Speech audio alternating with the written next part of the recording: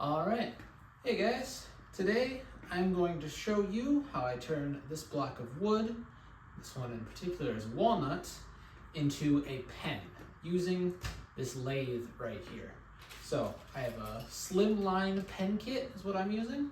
This block of wood, a lathe. But before I can get to this lathe, I gotta show you how to set up this block to be put on the lathe. So I'm gonna move you a little closer and show you how I do that. All right, so first I need to get this block to the right size. And the way I'm going to do that, I'm actually going to dump out some of the pieces from the pen kit here. Specifically, I need these little brass tubes here. This is what's actually going to go on the pen mandrel and inside these blocks. So I need to make sure that each one can fit on this block. So what I'm going to do is I'm just going to take a Sharpie, line this up, and I give myself a little bit of room on one side of the block. There, it's a little hard to show, but I'll show you after I mark it up. So I'm going to place this just like so, and then I'm going to mark with the Sharpie straight up the line as possible. It won't end up actually being a straight line, but something like that. That way it's a little bit bigger on either end. That'll give me, if I end up cutting it a little weird or the drilling process, that'll give me just a little bit of room to work with. And then I'm gonna go ahead and do the exact same with the other side. Just give it a little bit of room there. I'm actually gonna flip this because I don't know, I'm right-handed, it tends to work a little better for me. So just a little bit there, mark it just there, try to make a straight line. And I know this isn't quite a straight line. I have this guy here, so I'm actually going to try to line that up and, oops, got my Sharpie, and try to make this a little bit better of a line. So Sharpie cap there, straighten that line, and then get that one there, and straighten that up. All right, so I now have the block marked up for either side, if it'll focus. Perfect. So what I'm going to use to cut that, you can use any type of saw really. I'm just gonna grab my trusty old jigsaw here and use that to cut it out. So you can use any tool, any saw you want. I'm gonna try it with a jigsaw, just hope that works, but we will see.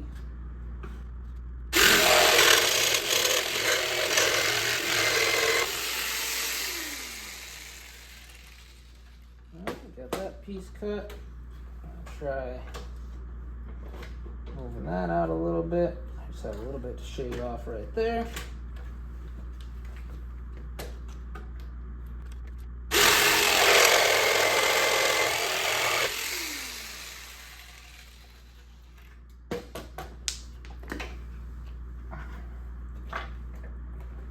So, just like that, those two pieces are cut.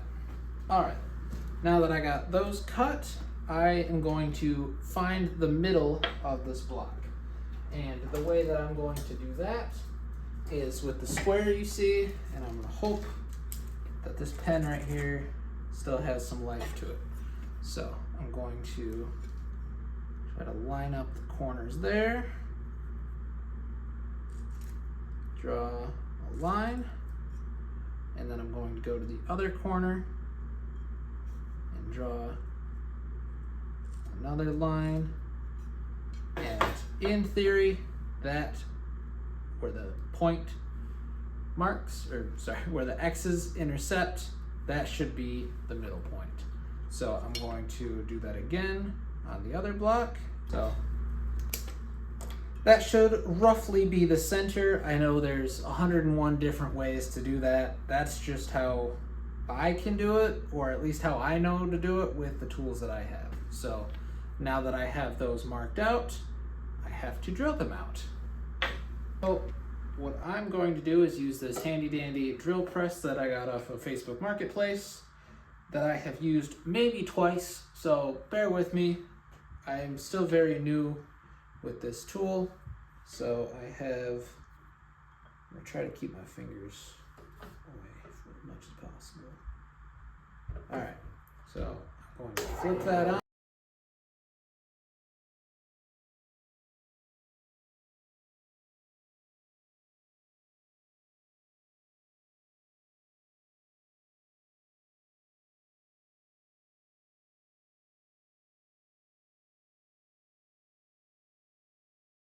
All right, so now that I have those drilled out, mostly even enough to make do, I will grab the kit again, specifically brass rods in here. And then what I'm gonna do to make sure that they can hold, like, because I'll be gluing them into here. So what I'm gonna do is rough those up with a piece of sandpaper. So I just have a thing of 120 grit, and I'm just gonna kind of muck it up a little bit, get that shine off of there. That way the glue actually has something to bond to.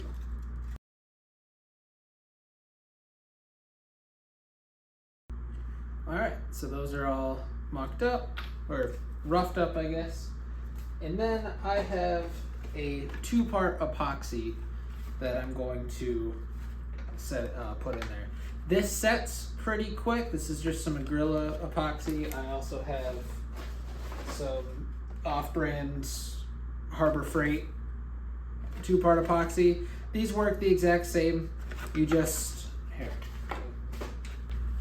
All right, so now that I have these holes drilled, mostly in the middle, I roughed up the tubes.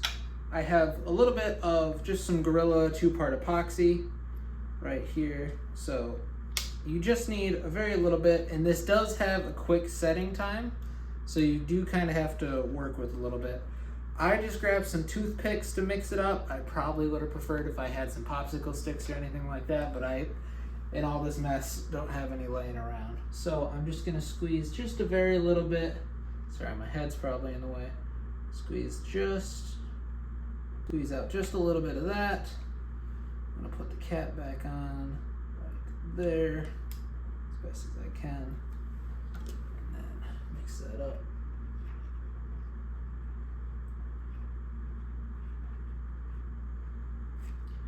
And then just scoop some on to each tube.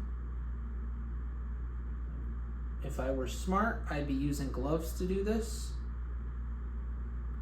but since I'm only doing one right now, it's probably fine.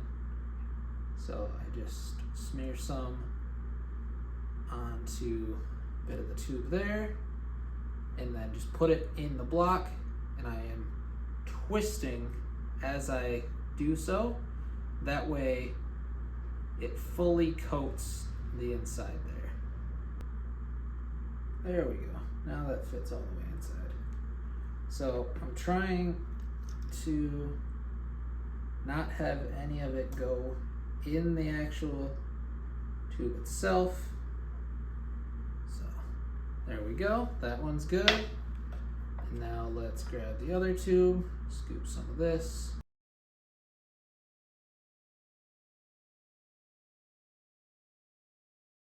Just like the other one. Put it in and twist. Put that in there as twist. All right. And now it says it sets in 5 minutes. I usually let it cure a lot longer than that. So it's not pretty, but it'll get cleaned up before it gets thrown on the lathe. But, yeah. All right, so before I put this on the lathe, I broke out my sander to sand this to size. If you remember, when I cut the block, I left a little bit of space on each side. So I ended up sanding it down on both sides to be the exact shape or exact size of the inserts. And I also went ahead and rounded some of the sharp corners just to, I don't know, it's just something I do. I think I saw that somewhere. But yep, so now these are ready to go on the lathe. Okay, so I got the lathe all set up on the workbench here. So I'm just going to go ahead. The pack that I got came with these 3 bushings that you use to help cut it down to size. So you slip the block on with 1 bushing in front of it, and then in between both blocks goes a bushing, then the block itself, then another bushing, and then the screw, just like so. Get that on nice and tight. Make sure everything stays where it needs to stay. All right. And then the headstock, I actually don't know what that's called, goes on there. So I'm just going to go ahead and make sure this spins nicely. All right, it appears to. Make sure. What about when the speed's up? Ooh, okay.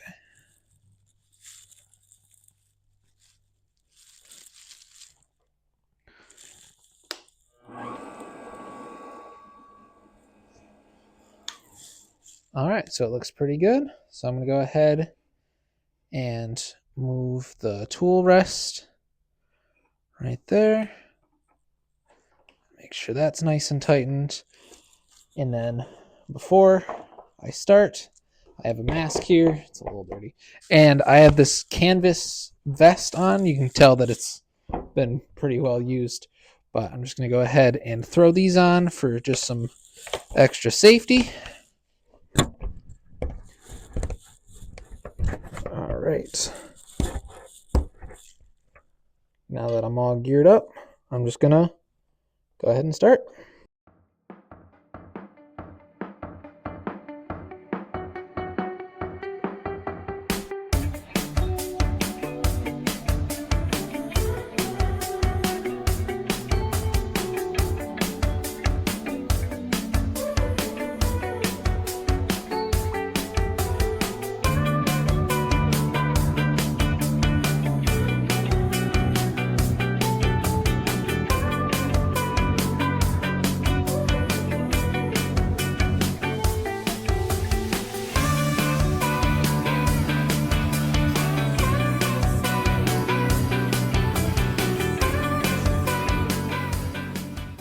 All right, so I got that to the size that I want, but I'm going to keep it a little thicker for now because I have to sand this smooth. So obviously sanding is going to take off some more material and get that down to its final size and shape. So now that I have that one all set, I'm going to jump onto the second one.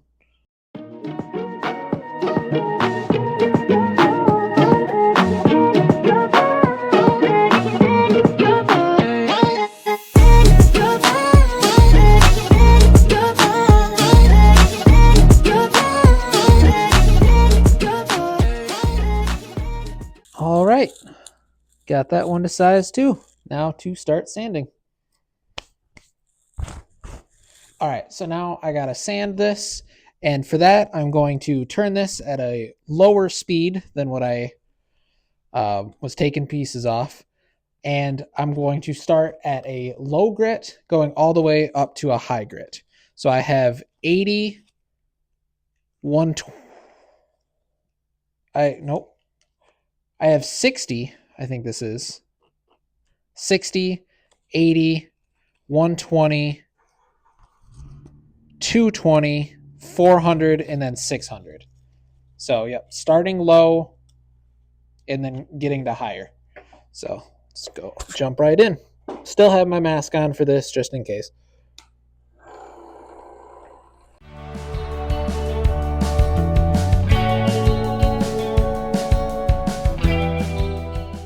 All right, so that was it for the 60.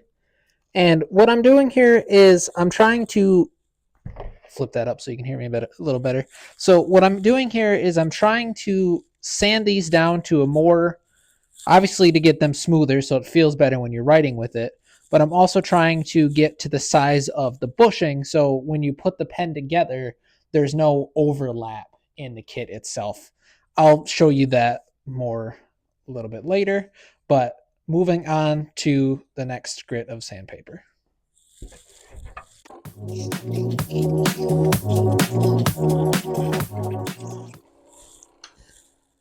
All right. And the main thing you're trying to do between each grit is get the tool marks off from the other grit. So I can see here there's still a couple deep gouges from the 60, so I'm going to go over that again just to try to get some of those out.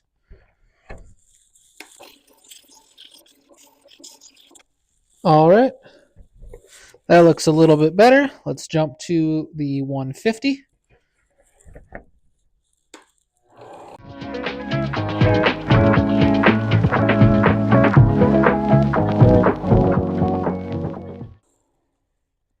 All right. That's actually looking and feeling pretty smooth already, but let's keep going up. This is 400 now.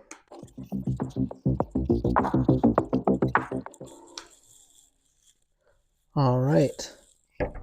And I don't know if you can tell, but you can kind of see, or at least I can see, that this is shining up pretty well, just up to the 400.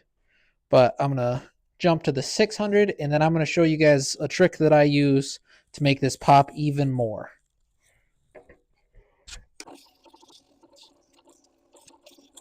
All right. That is looking beautiful. So now 600 is the highest grit of sandpaper that I have for these. So I'm going to leave it at that, but I'm going to show you how I seal it and make it pop with that shine just a little bit more. So the way I make this, the way I seal this and make it shine is I turn the speed way low on the lathe, and I have this super fast, thin super glue and a paper towel. So I'm just going to turn this on and make sure it's going super slow. And then I'm just going to put a little bit of super glue here on the paper towel and run it on the wood there. You might have to do this a couple times. I'm actually going to fold that in half. And you just run it over the wood there. And the heat and the burnishing of the super glue and the wood soaking this in just makes it shine really good. I don't know if anything that I just said is actually true, but I know this works and looks great. So, yep, just hit the last couple spots here. You do want to make sure you are in a well insulated place or have a mask on when you are doing this. But put the cap back on there. Try to run that through a little bit more. All right, and you can just see how well that shines, and it actually, the wood soaks it up so much that that has a pretty smooth texture to it too. I saw it on a video once, and it's just something I've been doing with all the wood pens that I make. So yeah, the last step now is to assemble the pen itself. All right, so that's off the lathe. Time to put this together. And I chose the platinum hardware for this one. So I got a pen press here.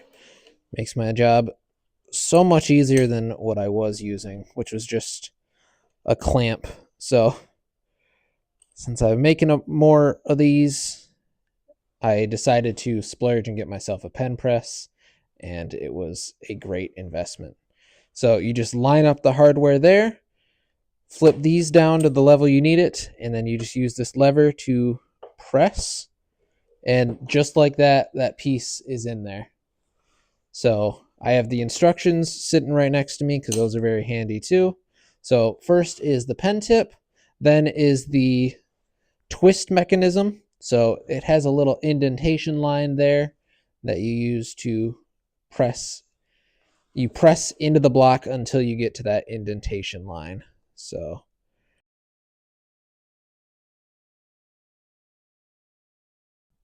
all right. And then just slowly and carefully. Oop, that ended up falling, so let me plop that back up there.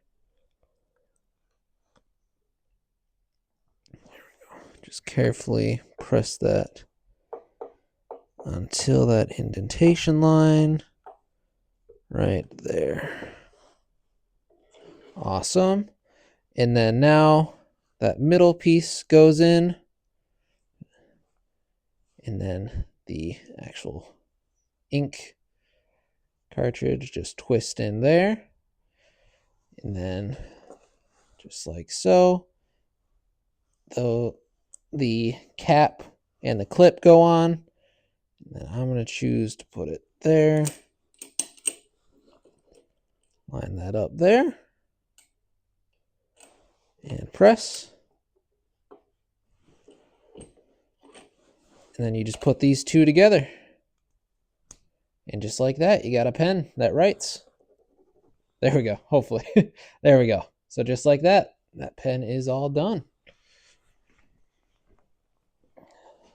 Bring it up here. Awesome. Thank you all so much for watching, and I hope you have a great rest of your day. Bye-bye.